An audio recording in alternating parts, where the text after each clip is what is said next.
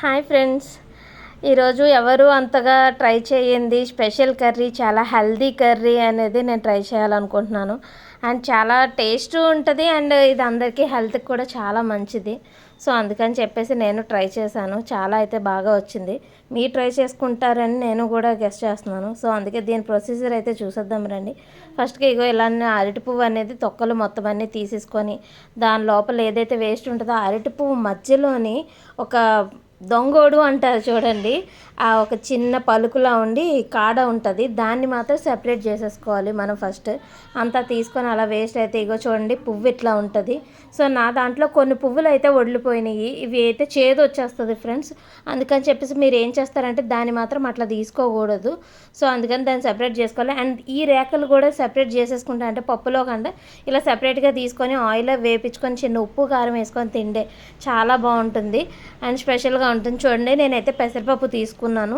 ఏదైనా మీ ఇష్టం, కందిపప్పు కానీ పెసరపప్పు కానీ ఏదైనా తీసుకోవచ్చు. నేనైతే పెసరపప్పు తీసుకున్నాను, మా అమ్మమ్మ ఇచ్చింది, నాకు చాలా ఇష్టము. సో చూడండి దాంట్లోకి అయితే 2 ఆనియన్స్ తీసుకున్నాను. పెద్దదైతే ఒకటి సరిపోతుంది, చిన్నవైతే 2 తీసుకున్నాను. ఒక 2 పచ్చిమిర్చి తీసుకున్నాను పెద్దవి, అండ్ 2 టమాటాలు తీసుకున్నాను చిన్నవి. చూడండి వీటన్నిటిని కట్ చేసి మొత్తం అరటి పువ్వు అంతటిని కలిపి కుక్కర్లో పెడుతున్నాను. సో యాక్చువల్గా అయితే మనం ఈ అరటి పువ్వుని ఎట్లా ప్రిపేర్ చేసుకోవాలి అంటే కనుక, ఫస్ట్ అరటి పువ్వుని అంతా తీసుకొని దాన్ని మళ్ళీ ముక్కలు కింద జాగ్రత్తగా కట్ చేసుకోవాలి. చేతికి అంతా కూడా అరటికే చేస్తే ఎట్లా అయితే బంకగా అంటుకుంటుంది, ఇది కూడా అట్లానే అంటుకుంటుంది. సో దానికోసం మనం అయితే ఏం చేస్తామంటే కనుక అరటి పువ్వుని కొంచెం సేపు, 1 గంట సేపు అనేది ఉప్పు పసుపు వేసిన మజ్జిగలో నానబెట్టి గంట సేపు వదిలేసిన తర్వాత ఇలా పప్పులో యాడ్ చేసుకొని నేను 3 విజిల్ వేయించుకున్న తర్వాత దానిలో 2 స్పూన్లు కారము, 1 స్పూను ఉప్పు వేసుకున్నా, అంటే సరిపడినంత మీ టేస్ట్కి తగ్గట్టు మీరు వేసుకుంటారు. ఆల్రెడీ చిల్లీస్ యాడ్ చేసాం కాబట్టి కారం అనేది చూసుకొని వేసుకోవాలి. సో తాలింపు కోసం అయితే ఇందాక మనం పైన రేకలైతే ఏదైతే వేపుకున్నామో దాంట్లో వేసుకున్నాం. ఆయిల్ మరీ ఎక్కువ వేసుకోక్కర్లేదు, అలాగని తక్కువ వేసుకోక్కర్లేదు, మన ఇష్టం, మనకు నచ్చినట్టు వేసుకోవాలి. మరీ ఎక్కువ వేసుకుంటే హెల్త్కి మంచిది కాదు కదా. సో చూడండి పోపు సామాన్లు అయితే వేసేస్తున్నాను. జీలకర్ర, వెల్లుల్లి, ఎండుమిర్చి, కరివేపాకు యాడ్ చేసుకున్నాను. సో ఇవైతే నేను వేసే పోపు. కొంతమంది ఏంటంటే పచ్చెనపప్పు కూడా యాడ్ చేసుకుంటారు, అది మీ ఇష్టము, మీకు ఎట్లా నచ్చితే అట్లా వేసుకోండి.